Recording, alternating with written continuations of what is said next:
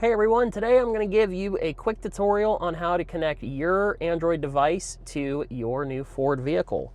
So, first you're going to want to make sure you have your Bluetooth settings open on your cellular device.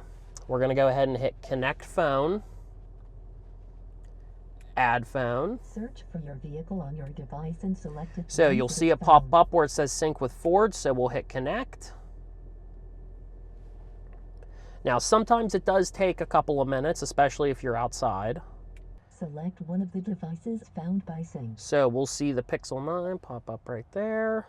Confirm that the pin displayed on So you'll see two different pairing codes. Make sure they match up. So pair and yes. And there we go. For your safety, please stay alert to changing road conditions. So we'll hit allow on our phone. Activated features while your vehicle is hit in motion. finish. Enable.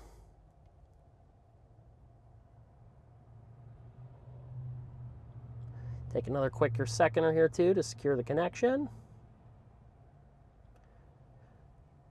Hit continue one more time on our phone. And there we go, we're good to go.